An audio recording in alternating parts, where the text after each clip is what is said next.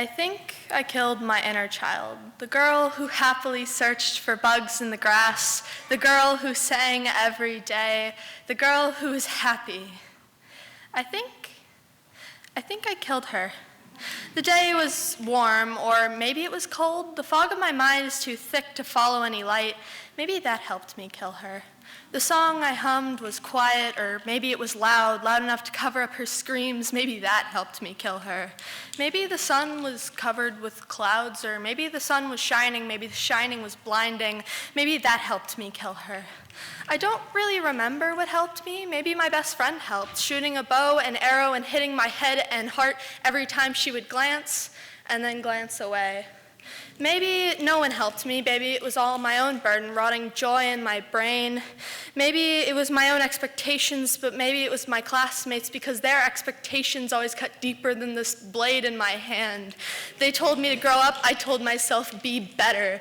They told me that my work wasn't good enough. I told myself, be better. They told me I wasn't smart enough. I told myself, be better. Why can't I be better? I thought that the being that was joy was the beast known as weak, so I slayed the one thing that loved me.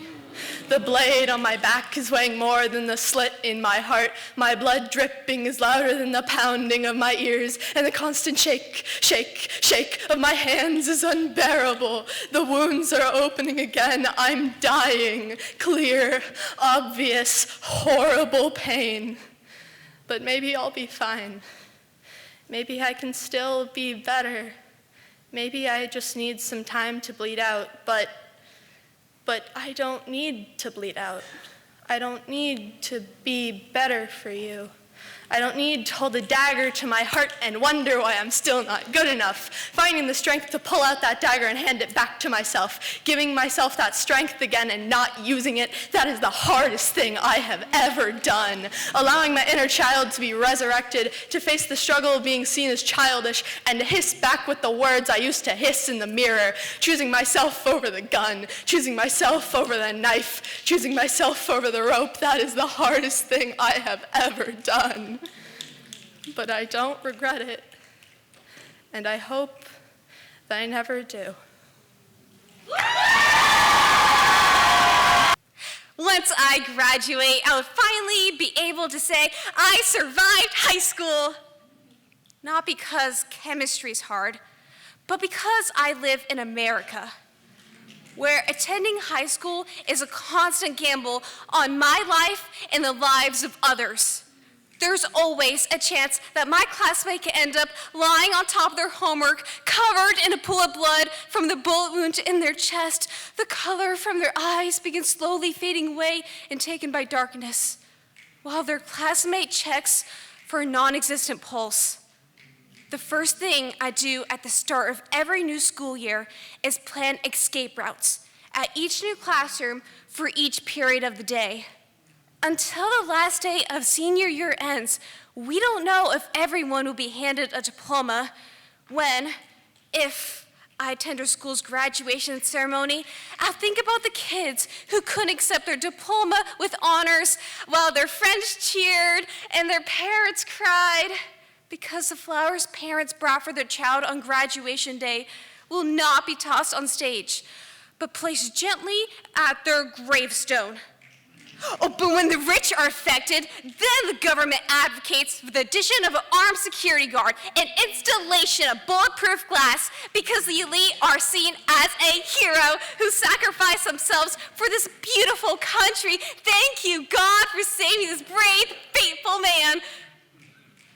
If God can save the rich, why won't he save his children if they're one of his greatest blessings? Where was the strongest angels when a student collapsed to the tile floor, dropping the lunch tray in the cafeteria after being shot in the back? It is always so funny to me, the same people who care about protecting the children, who say we must protect the innocence of children, are silent after every live broadcast that shows caskets getting carried out of high schools, around hundreds of students sobbing into each other's arms, wondering why they survived when others died. Those children were protected. The adults in their life failed them. But at least they can't have access to any queer media that would tempt them into vile sin, because we must protect the children from future damnation. But you're blind to the hell they can face while still alive in their second grade classroom. Attending high school is like a game of Russian roulette. The fatal possibilities are rare, but never zero. There is so much more to explore beyond high school. I just hope the gun that stormed the hallways was loaded with blanks instead of bullets.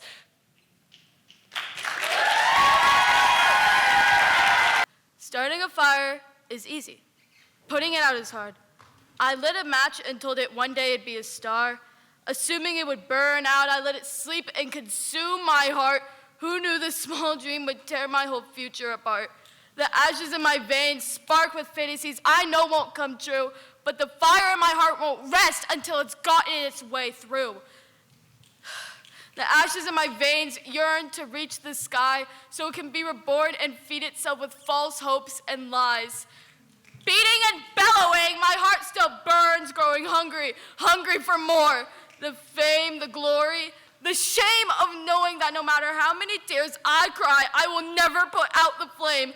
The shame of knowing I have only myself to blame. A smoke so visible everyone can see how this fire, how it is ruining me. The flames turn blue with heat, making my muscles sore. But all it takes is one daydream to make my heart want more. The love, the joy, the shove when I snap to reality and realize my homework's not done. And look at my grade. Oh, it's a 1. I used to be so smart. What happened? My brain is clinking and clanking like gears. My veins, rivers of blood, sweat, and tears. My heart, a battlefield where neither side will yield the truth in a locket which refuses to be concealed.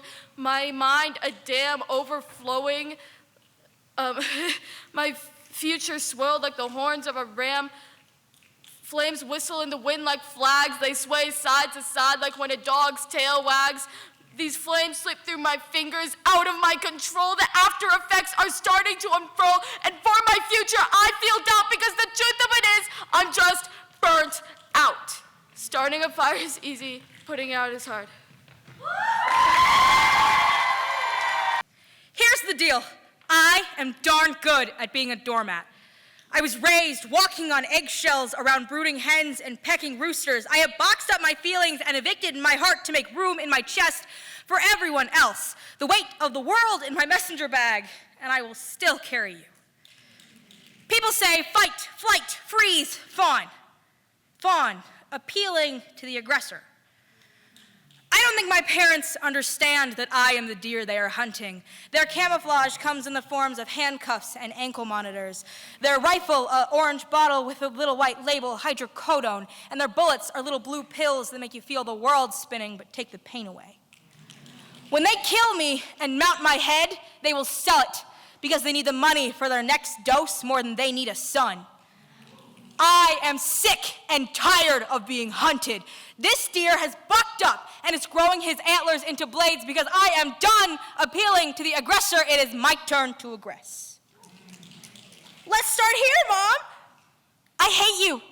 People can say you're my mom all they want. I am not obligated to you. I am not obligated to love you. I do not owe you anything, and if I never see you again, it will be too soon.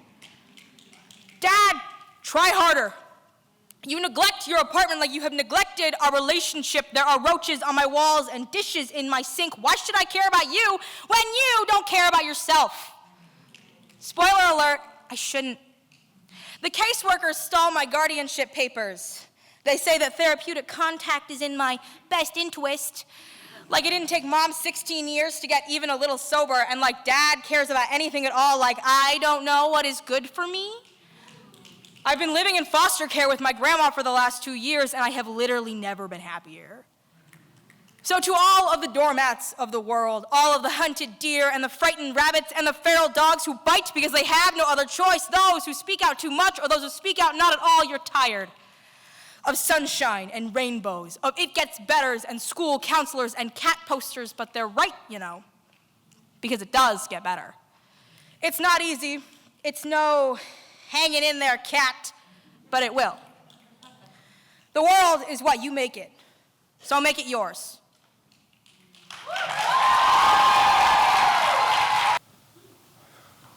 The sounds of the living still pound in my ear. I hear their echoed whispers. I hear their echoed laughter, the laughter that pierces the very fabric of my being. And through it all, I hear your voice, not echoed or eroded by the sands of time. It's clear it's the first day I heard, I love you.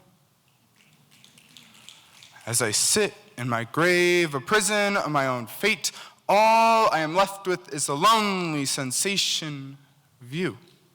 Left with the words that healed my torn flesh that has been scorned and scarred by life itself. The words that free me of the binds of my own machination, the binds that shackle me to this damned oak. And as my skin decomposes into that cursed dirt, the bugs make me their home. They begin to fill their eggs in what's left of my lungs. Then your words start to ring out to me, and as I open my eyes, they do not find the broken, mildly damp wood of my prison cell or the mountain of scorched earth upon me, but you. My eyes see you. And as I stretch my arms out to you, my broken bones creak, snap, and crackle together like the sounds of a man that has been dead longer than the earth has lived.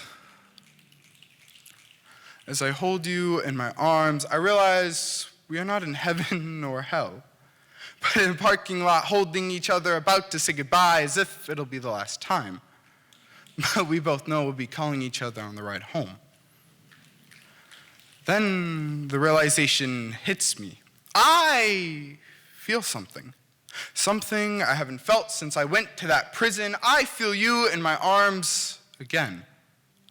For the first time in a lifetime, I feel alive. And as my flesh reanimates from earth, our eyes meet for but a second that lasts longer than I've been dead, yet I am not dead, not yet. I may be broken and disjointed, my bones may be brittle and my skin rotted, but I am not dead. Not as long as I have you.